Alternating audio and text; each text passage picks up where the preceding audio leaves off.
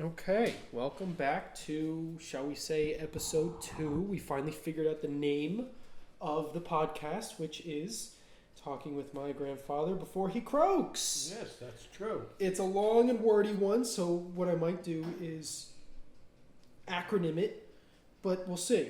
That's the name of it. I like it. And Yeah, it's very catchy. you're the one who came up with it. That's the part that makes it special. So, all right. At 77, I'm entitled to use the word Croaks. You're entitled to use whatever the hell you want Yeah. at 77. So, let's start off with episode 2, which is, I'm going to preface it with a question, and it's a blanket question. It's very broad. So, what is your opinion on social media? Well, I'm ashamed to say that I really don't use it.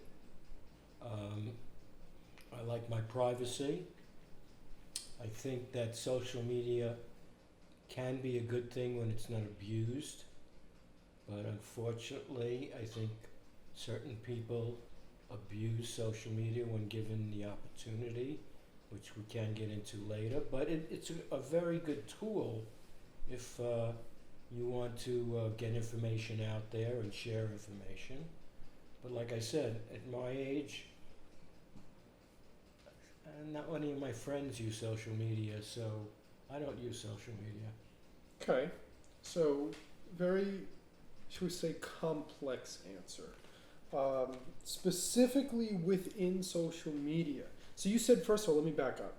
You said people can abuse the power of social media, and that is a indirect but quite direct response to a very special someone who Yes. spent 4 years in a big white building. Right, should have been in a big white coat with ties in the back, with somebody bringing him in and out of a room that has padding on it. And a little that, or a white coat with a little special white hood on top. Right.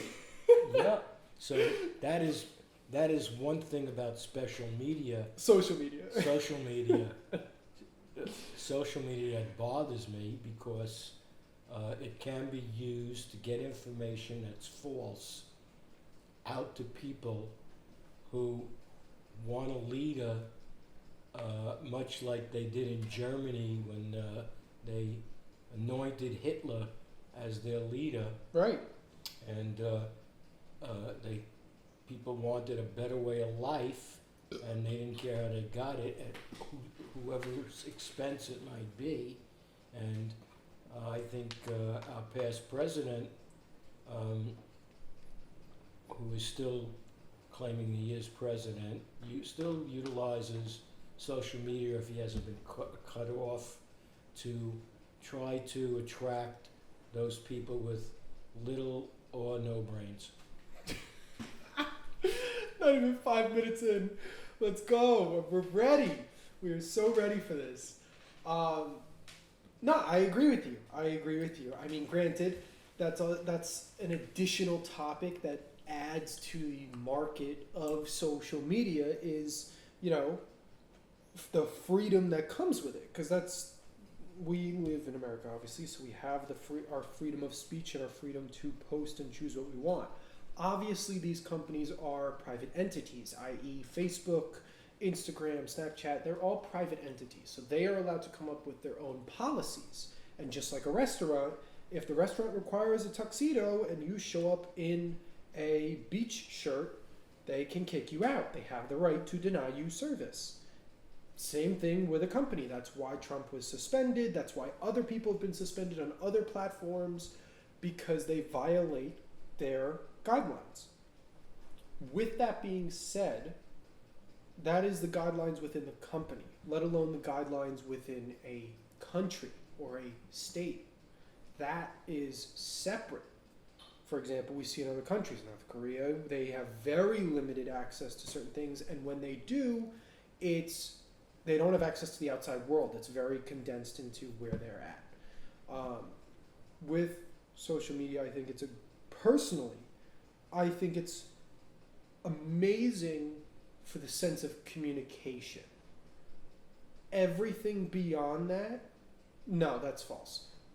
I think it's great for communication, and it's great for connecting people in the sense of finding who you are, finding maybe you're in a town where no one enjoys the same things as you, or you don't really have a lot of friends. You can find those friends online. You can find that community who loves Harry Potter video games. You can find that community who loves that one author who writes on Wattpad.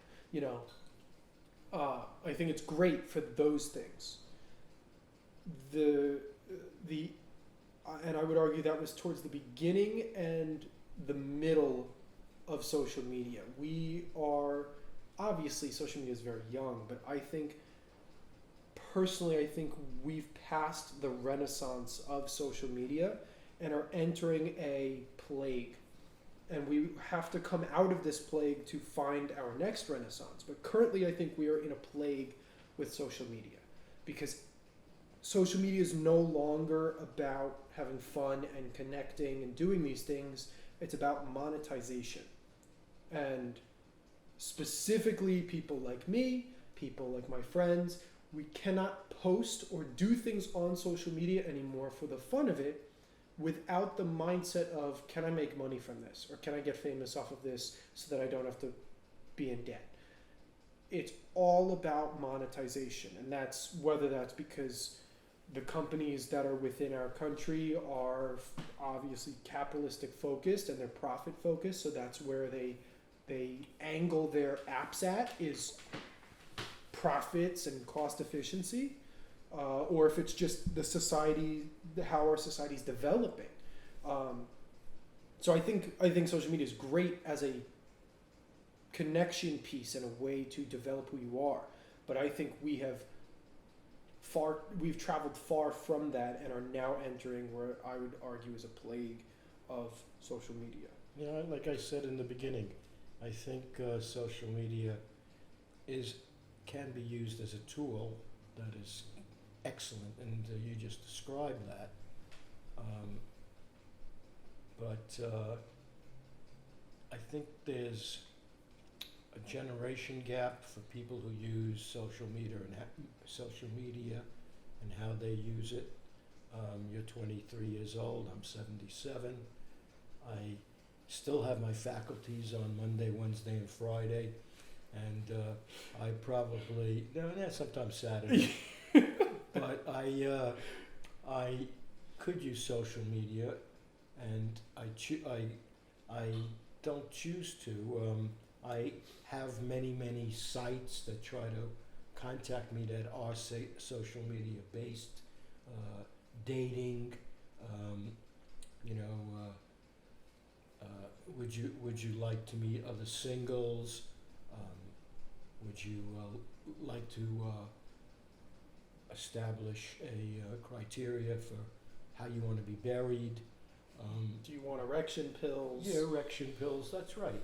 I mean, if I had $1 for every time I got a social media contact about having an erection, I know.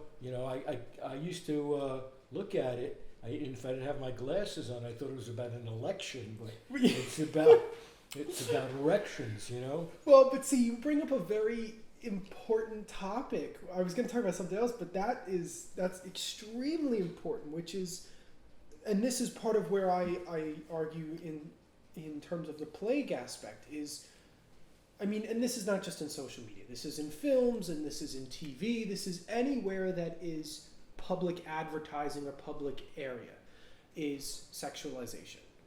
Whether it's the erection pills or just some, like TikTok, you've got underage women being promoted on the app for dancing in bikinis, and they're underage, they're legal age, they're whatever, but there's plenty of people who are inventing and making cinematic art pieces in under a minute, and they're doing very poorly. And it's because the app incentivizes quick sexualization, because that's a desire and that's a quick grab, and that's something that they can guarantee will grab a majority, and it will bring in and rake in a short-term amount of money Yeah. and views. But it sucks. But in terms of getting those emails and those things, yeah. Oh, the best email and the best social media one is married women in your neighborhood Oh yeah, 5 miles away. that want to cheat on their husband, and the husband say it's okay. Yeah. So give me a call, and I'll be over in 15 minutes. Hot moms in your area. Yeah. Yeah. So, yeah. So in you my know. day, we didn't have that. No, we had hot moms. But we didn't have that. But with all due seriousness, it's headed in another direction, I guess. I think social media would have helped me when I was going to college and going for my master's degrees, because I could have connected with people who are doing the same thing. Right, same major, same Yeah. department, same area of a job aspect, Yeah. or just interests. Yeah. Now it bothers me when, with social media, when I do get a contact from somebody my own age who I haven't heard from in years, I get very, very sad sometimes when I hear what's wrong with them, or I see them. I want to have the image of them when they were younger. So there's a give and take with social media, but the one that bothers me the most is that clown that's running around our country creating civil unrest and civil war. Talking about Trump, right? Yeah. Okay, I wasn't sure if you were alluding to someone else. No, absolutely. Absolutely. Yeah. Okay, that's fine. I wasn't sure if you were alluding to someone else. No, I agree. Yeah. I have two things for that. One, in terms of social media, I think the gap makes it difficult because of how quickly social media developed, of how it came to be and how it sort of exploded into this supernova event. It makes it difficult for people like you and people younger than you to jump in if you've never been a part of it. Right. That's like, we make fun of my generation, and generations below me make fun of, the Facebook moms. They're, middle-aged women who the only thing they know how to use is Facebook, and it's very, very basic knowledge of Facebook, even though they've been using it for like 5 years. And they're there to chat with their girlfriends and connect with the family so that they can post pictures and all family members can see it without having to email them or mail them physical copies of the photos.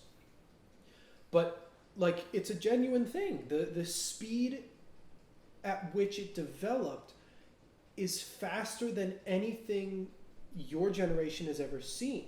And No, the computer really, the introduction of the computer from the word processor was something that was magnificent. I remember when I was in college and my dad spent $350 because I was writing a book, and I told him I couldn't do the tap, tap, tap typewriter anymore, and he got me a word processor, and we went from, all of a sudden, a couple of years later, we went to a computer.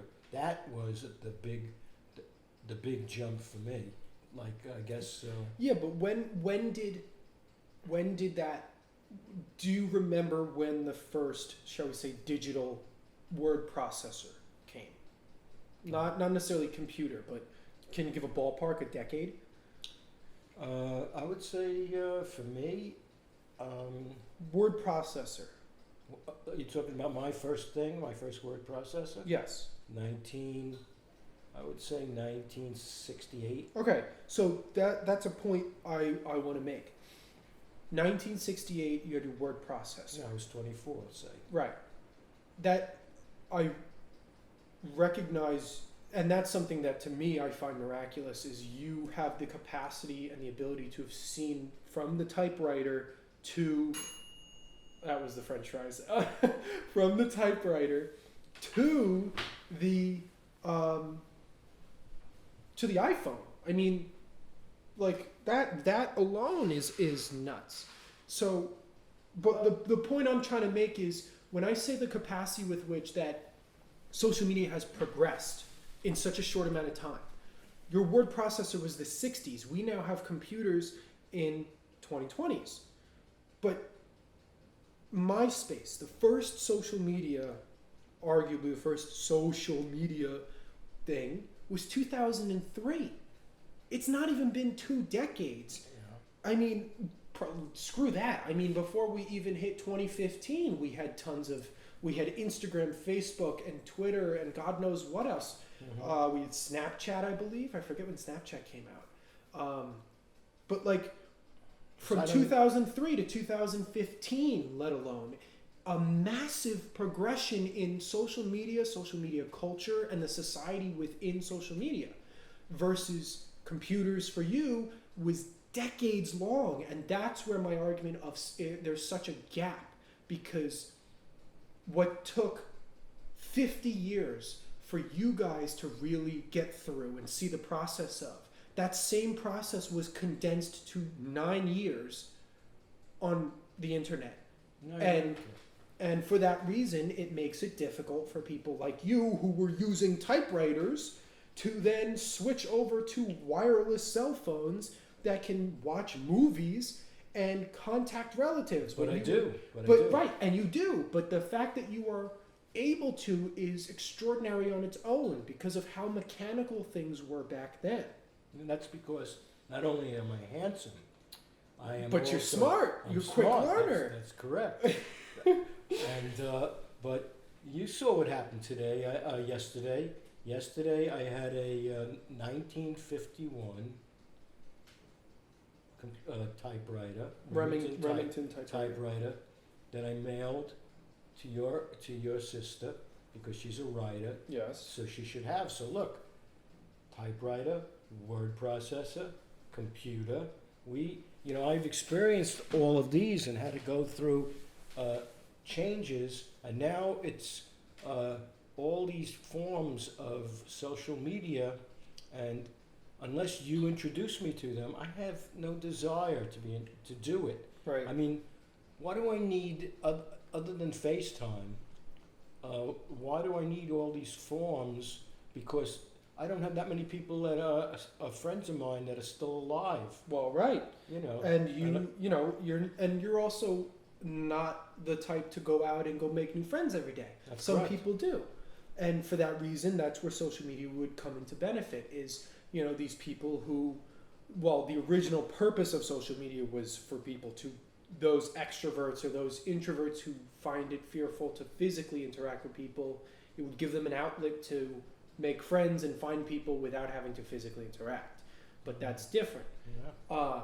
But I'm going to need it, and you're going to have to teach it to me, because we are headed for a civil war in this country. Oh, God.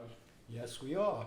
And with this maniac, I keep going back to him, with this maniac giving speeches, and these people who actually believe that he's going to be president in August, and all these groups walking around wanting equal rights, and the cancel cultures that are going on because of social media, not because of social media, but because you can get on social media and broadcast where, instead of getting with a megaphone, Right. or a microphone, we are headed to a very, very big problem, and especially since we have a older president who, I would say he's smart. I don't want to degrade him, but you lose a little bit of your brain cells when you get to be his age and my age. Well, that's a whole separate topic. My Right. opinion, no president should be above the age of 65. Even that is too much, but I'm not going to go any further than that. But I agree with you. I agree with you to an extent, because social media has given the populace the power to contact each other and congregate and do these things and host these events and these protests. Good events and good protests. Good protests and bad protests. The without social media, we wouldn't have had the insurrection. Without social media, we also wouldn't have had LGBTQ protests for their rights and black people's rights and these protests for human rights. We would not have been able to have without the ability to make Facebook or Instagram. Yeah, but I And on the same hand, because we are in a free society or nation, we have the freedom to do both good and bad. And you've got Facebook groups that are closed off and it's filled with white supremacists. And you've got Facebook groups filled with nonprofits that are specifically used for helping people. And the rate at which things are happening are speeding up. So, a major insurrection level riot maybe would happen every few years or every decade or something like that. And as we get more and more connected with social media, it's happening at a faster rate because we no longer need someone like Martin Luther King to march through and really spend weeks and days doing this. Yeah, One kid can say something, and if it goes viral, within a day, people will congregate and do something about it. But the danger is also, like in Europe, in France, and Germany, and England, and now in our country, we have the biggest population of anti-Semitic groups, Nazis. Right. Social media is creating Yeah. echo chambers Yeah. and again, the echo chamber topic stems from various things. Stems from the apps attempting to allow you the ultimate level of customization. So if you don't want to hear from these people, you don't have to. At the same time, it's also profiting off of that by giving you exactly what you want and figuring out, if you're a white supremacist, we're going to give you more people like you. If you're a dog lover, we're going to make sure we put dog photos on your feed. And for that reason, it makes us more money because you spend more time on the app. Right. These echo chambers boost people's confidence. And we're already seeing it with stuff like vaccinations. People are so deep into these echo chambers that we no longer trust scientists. Yeah. These scientists have got us to the moon. They've cured various diseases, eradicated some diseases at the best, and are continuing to do things. And they came up with a vaccine for the virus we just had in about a year and change. And yeah, it's obviously concerning for people who say, oh, the side effects, and I get that. But at the same time, they did it in a year. And you've got people who are going, oh, no, it's microchips. And, oh, it's designed to actually kill us. And the virus was this. Oh, my God. Yeah, people will believe what they're led to believe unless they want to challenge what is said. But the problem is they can't. It's getting harder and harder to challenge because people have these echo chambers. So, you go up to one of these people who is an anti-vaxxer and you say, here's 5 scholarly articles from scientists who helped create it that tell you it's okay. The side effects are slim to none in terms of cancer or death, whatever, but there's some side effects, obviously, headaches, migraines, whatever. Here they are. And then you get these people that go, well, my sources say they're lying. And their sources are a guy who's a science teacher in high school, some guy who got fired from his medical department because he was lying and using improper information, and 500 other people who agree with him. And he or she feels that because they've got numbers, they're more in the right, and it makes no sense. Yeah, you got to even if you're saying the correct thing, opposed to what you just said, where he's not telling factual information. Even if you're saying the correct thing, but it's a little, it inflames certain people, you get canceled. Well, that's an additive to social media as well as, you can be saying the truth, you can be saying the right thing, but if it gets misconstrued or people get too upset, you can get canceled, and everything you have and own becomes garbage because your integrity, your reputation gets tarnished. And if you're a scientist, if you're a political person, it can deeply affect your ability to speak out afterwards. in a way that previously was not possible. And it's hard. And I think on top of this as well, part of the reason why we have so much, shall we say, conspiracies and distrust also stems from the fact that every single government, America, England, Italy, doesn't matter where it is, there is secrets and deceit within each set of government. Oh, the government doesn't tell you the truth. But that's the point, but the problem is because we have social media and we are able to find and discuss these inconsistencies at such a high level, it leads to the conspiracy thought of, so if this isn't real, how do we know this isn't real? If they lied about this, how do we know they're not lying about that? It's a massive problem. More fries. Yeah. No. You know, it's a huge problem, the lack of transparency.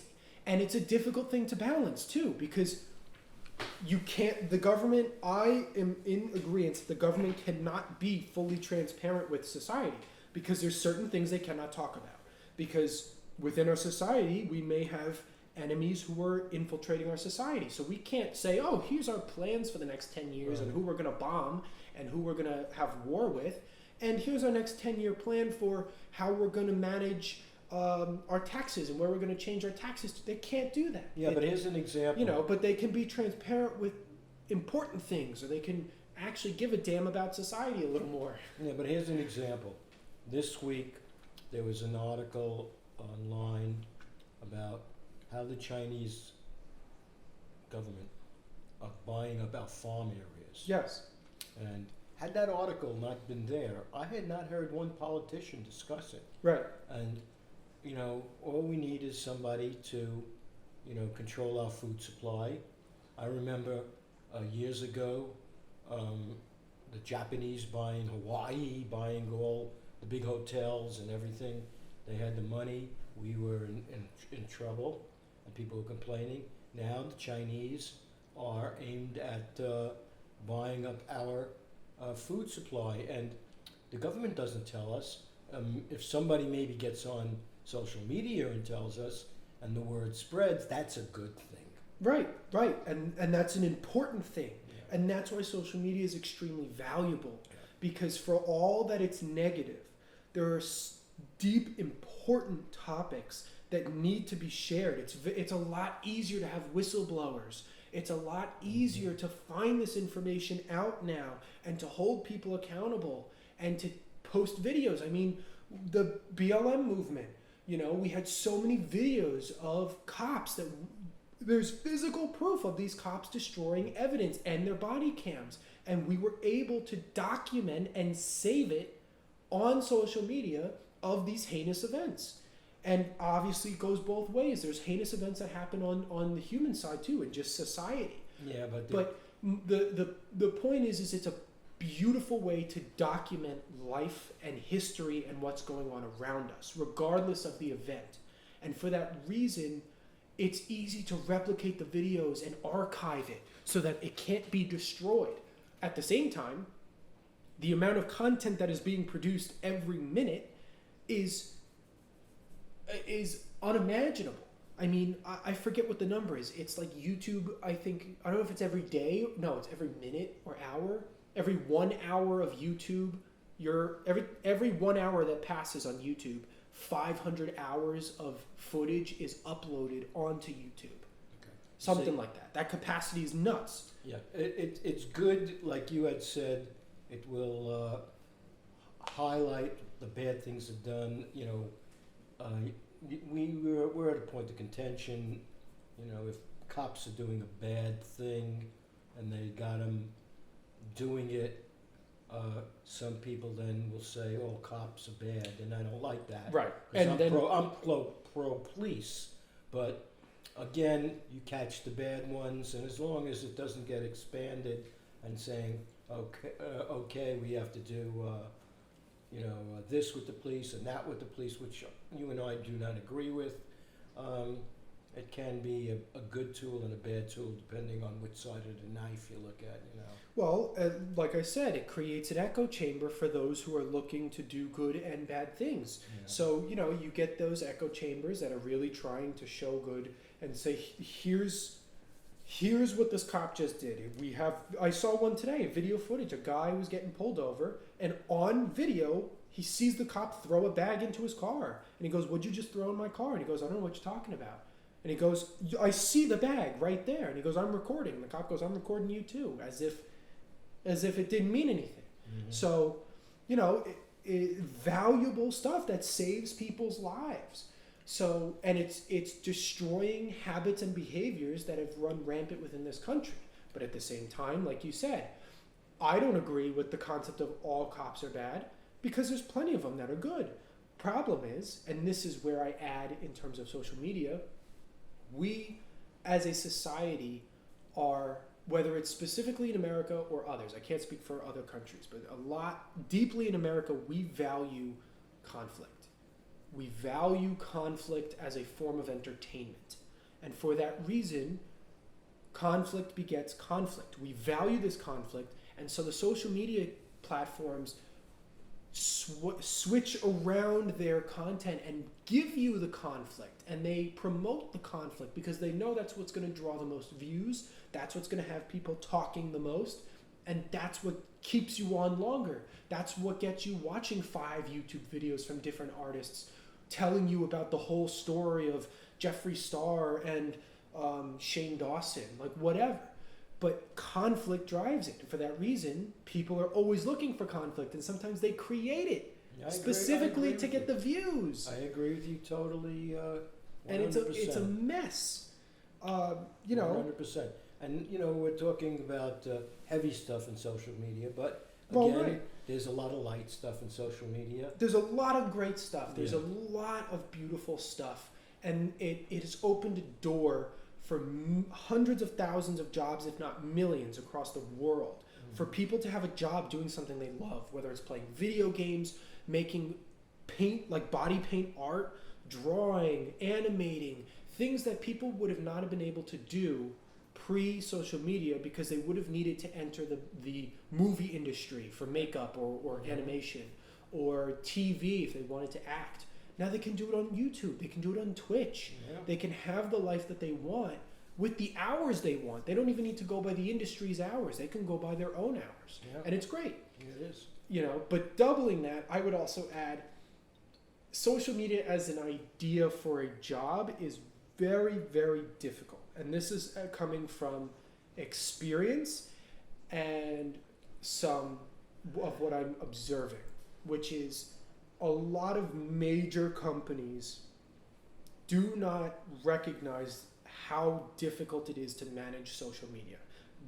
Most of them still don't, because most of the ones who run the companies are too far removed from what social media really is. They have a Facebook, they have a LinkedIn, and a Twitter, and they think they know how social media works because they're in their 50s and they've been using it for 5 years. Mm-hmm. Means dick. Because as someone who's been a part of a radio station, who's seen the social media team work their asses off for content that is good, but content that's not made daily and requires a whole team of like 5 people to come out with daily content on 1 or 2 platforms. As someone who's looking for a job and applying for jobs right now, I have seen positions that I have not applied for that ask one person to do the job of 5 to 10 men, manage all their social media platforms, that Facebook, YouTube, Instagram, Snapchat, possibly Twitch, depending on the company. I mean, and you have to somehow consume content on all of those platforms to be aware of all the trends across the board, which they vary across each platform. Read and pay attention to the analytics, how your videos are doing, where they're coming from, who's watching them, and how do we boost which ways. And then create the content. Write, produce, record, and post the content, and then get it done every single day. And on top of that, do other stuff administratively for the company. It's physically impossible with with a, shall we say, a 40-hour work week. Yeah, well, Impossible. yeah, well, let's just put it this way also. Had I not had you as my grandson, who, when I visited your campus, you took me into where you broadcasted your radio show for 5 years, I would not know the complexity of what it was to put up a show, and I still just skimmed, what is being done, but also along with that, a podcast like we're doing now. I mean, I never knew what a podcast was. I never knew when I wanted to listen to your show that I can go, hey, Alexa, give me, iHeartRadio 102.5 Montclair State, and ask for the, your program. Right. By the way, if anyone wants to listen to that radio station, it is 90.3 I'm sorry. WMSC Upper Montclair. It's okay. Right. I will plug them Yes, happily that's right. I'm sorry. I'm no longer on there. I just wanted to plug their I station. just gave you the bone in Florida. totally different, But no, yeah, I understand that, and it is complex, and I think that's interesting as well, because a lot of people don't realize the complexity behind a lot of stuff that it involves media or technology in general. Like, when it comes to animation, people think it's very easy. You just draw some crap and throw it on. People don't realize how much really goes into it. The realism, the lighting, the colors, the shading, everything has to be in a specific way. It has to be on tempo. It has to be on beat. It has to go inside with the words that are being said. You can't have the mouth opening when someone's not talking. Like, it's very complex that people don't realize. Do you know what it is sometimes, Peter? You get up early in the morning, and I have Alexa right near my bed. Yes. And I have my phone with Siri. And sometimes I get confused because I'm still half awake. And I'll go to Siri, Alexa. And then I look at the phone. Why doesn't she respond to me? Yeah. And I'll go, son of a bitch, this phone's not working. And I look at the clock and I say, oh my gosh, it's too early to call Peter and wake him up. Why isn't Siri working? And then all of a sudden a voice comes from Alexa. Hello, Al. Yeah. How can I help you? So, this is a big jump for older people who don't even use this. And I enjoy it because it gives me so many different aspects, Well, and again, like I said before, the gap, you jumped in on this game late. I didn't even grow up with this. I grew up with the most advanced tech I had was a Game Boy. I was born before the iPod Touch. I still have the first iPod Touch. Right, you had you had Pong and Tetris. But I was here before there was even a screen on an iPod. And most people don't even know what frickin' iPod is because you hold your music on your phone now. Every phone can hold your music. You were typewriter. We're not even talking about you. I'm talking about, for me, I was here before it was even easy to have internet on your phone or music on your phone. It was near impossible. It was LimeWire if you wanted music illegally. But the only person in our family that is arguably born inside technology is Alex. 10 years old, going to be 10 in September. He knows how to use an iPad better than I did when I was 16. Mm-hmm. So, but that's because he's been playing on one since he was one, because he was born in it. So his ability to learn and recognize how to use it, he got an earlier start, so it's easier to recognize. But you came in late on it. So therefore, you're going to get confused sometimes. Yeah, you know what I want to see happen? Unfortunately, your grandmother, my wife, passed away 3.5 years ago, and she wanted to be cremated. So I have her ashes, and it's supposed to be when I pass away, I get cremated, and my ashes are put with hers. But I was also thinking, maybe I should put my cell phone in with the ashes until we're ready to dispose of it. Because wouldn't that be cool here's a box filled with both our ashes, and all of a sudden it pops up and goes, "Hello, Al." Oh my God, that's awful. That's awful. Or Alexa going, "Al, I haven't heard from you in a while. That's awful. Are you okay?" You know. Oh, that's awful. You know, so Well, by that point, though, we may have technology where we could use your voice. We'll grab your voice and we'll turn it into an audio, and then we can talk to it. Oh, that's awful. why? That's You so know, awful. technologies can scare the hell out of you. I mean, how many times I've been in the other room and Alexa, I didn't ask her a question, would start talking to me. Yeah, I know. Okay, and there was an article online today. Everybody is listening. Yeah, that's well. Sidebar from social media, real quick. That's why I turned my Siri off. I do not have Siri on. They may still be listening because whatever, but I am against having an Alexa or a Siri or a Google Home because they are listening. For a fact, Mom used to work for Google, and she would have to listen to audio pieces and determine, was this someone trying to talk to their Google Home or was it just audio? And she's listening to people go through a divorce. She's listening to people have sex. She's listening to kids playing video games. She's listening to everything. Kids at a party, parents having a conversation about their loved one dying, like things that are supposed to be private. And I mean, if you think about it logically, it makes sense.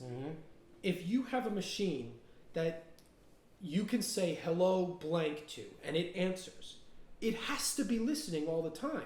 What the hell you think? It just turns off and somehow recognizes your audio? No, it has to be listening to pay attention to when you say hello. That's correct. So by that standard, it is always listening. Yes. So those people who are slightly paranoid arguably should be because they are listening, and they are in fact recording some of this.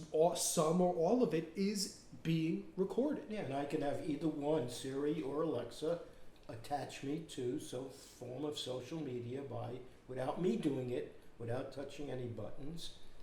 I could have them. Arguably, you could. You know. Arguably, you could. So, and it's new world. It's nuts. And it's extremely complex. And for that reason, I'm swinging it back to the job market, which is, there's still people who are your generation and, my mom's generation who are in higher power positions of power that think kids my age can just somehow manage an entire company's social media existence and still do other jobs and get like cinematic quality out of it and work and do it like reasonable hours. It's impossible. It's physically impossible. And that's where I add with the whole gap situation, because your generation doesn't recognize the capacity with which it takes. A perfect example is how I make TikTok videos. The videos I make, I try and optimize as quickly as I can. And I'm doing them as low quality as I can while still maintaining a average quality. So I'm trying to use the app for how it's worth and not use outside editing tools. So I'm using it strictly within the app. I'm writing small ideas. I'm not even writing scripts anymore. I used to write scripts. I'm just writing information down that I then use in the video. I have to find music that's trendy, that's useful for my videos, that works with my videos, let alone trendy. Then I have to find images or videos that apply to my video. I have to record it, add the words or the captions, use the right hashtags that work with today's trends, and save it or post it. Takes me hours a day to still do one platform. And that's because I'm doing it all on my own. If I had a team, they're editing, they're looking for the trends, I'm just coming up with the ideas and recording them. That's different. But some of these positions that I've seen and almost applied for, thank God I didn't, are asking for 4 to 5 different social media platforms posting 1 to 2 times a day on all of them, and finding the analytics, finding the trends, having it be high quality to good quality, and doing this all between a 9 to 5, which is virtually impossible. And they know that too. That's the other thing that disappoints me, is a lot of these companies do recognize that for specifically social media jobs or media-based jobs, you will be working outside of your hours. And that's just sort of the norm here. And I don't agree with it. I don't like it. I understand if you're going for an entry-level job, you're going to have to work in the gutters a little bit. That's the way this system works in terms of the ladders. But specifically something like social media, you need to be almost on a 24-hour watch if you're going to be working for a company like that. Depends on the company, and how serious it is. NBC versus some indie company who's, next to Central Park in New York, big difference. But nonetheless, it's a heavy task to do. And obviously you'll have a team for some of these companies, but some of these companies don't. They expect you to just be one-man band. So, and it's hard, it's difficult it's difficult to try and apply for these things, because there's some kids that are going to do it. They're going to apply for it, and they're not going to do a good job, and the company's going to end up with low quality social media work. Yeah, but if you go on YouTube and they look up your name, they will see that the work ethic was there. Well, but that I agree. I will try. I always try my best to do the best I can with the time that I have. It's like I remember I see a sign in, I forget what mechanic shop. It was like, you can have it fast, but it won't be cheap. You can have it cheap, but it won't be fast. Or you can have it. There was a third one. I forget. I forget what it was. Like, it was a three tier thing. It'll be it could be fast. Oh, no, I don't remember. It was fast, cheap, and quality. So it's fast, but it won't be cheap. So if you want it fast and high quality, it won't be cheap. If you want it good quality and cheap, it's not going to be fast. If you want it good quality and fast, it's not going to be cheap, or whatever. I might have screwed it up. But anyways, it was that 3-tier thing. And that's how I try to base my stuff, is like, if you give me 2 hours, I can come up with some quality stuff based off of 2 hours. Yeah. I'm not going to come out with a masterpiece of cinema in 2 hours, theoretically. Before we end it, let me just highlight this. Grandson speaking to his grandfather before he croaks is humorous, but it also highlights a point that there's shared information there. Oh yeah. And you keep me apprised of social media. I may not use it, but you keep me apprised of it. You always say to me, if I need help, don't hesitate to call. And not everybody my age is lucky enough to have that connection with not just their grandson or granddaughter, but someone of the younger generation. And they get lost. It'd be like being thrown into the water. You can only paddle a certain amount before you drown. Yeah, well, thank you. Like I said, I am always here to help. Yeah. But at the same time, me being able to talk to you is great, because it separates me from the echo chamber that is my generation. Because a good portion of my generation is against you people and your generation. That's right. Because of your beliefs, and you guys have a very traditional belief system, and even if some of it I disagree with, I'm still able to talk to you about it, and that's what's beautiful, and that's what's nice about it. And that's a big reason why I wanted to start this podcast, is so that I can have these conversations with you and record them and put them out there. That should be our next podcast. What? Your generation versus my generation, and why we sometimes can't communicate, or why you don't agree with us on what we say, what we do, and why you want changes. That would be very insightful. But then again, you can't put a filter on me. Let's do it. We'll see. I may have to put some beeps in there depending on what you say.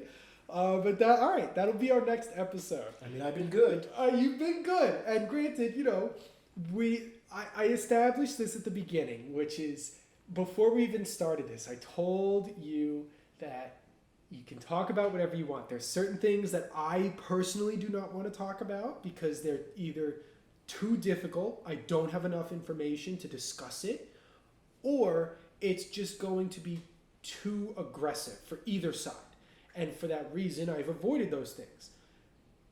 Yeah, we will see with this one. And Yeah, this one seems like we're sort of tight roping, and I'm okay with that because Yeah. if I have to, I will beep it or I'll all of these are unedited, but I will have to edit that one if we get there. Yeah. But but no, that'll be a good idea. I think that'll be the next one. So tune in next time, Yeah. and we will talk about that topic. Yeah, very interesting. Thank you. Thank you.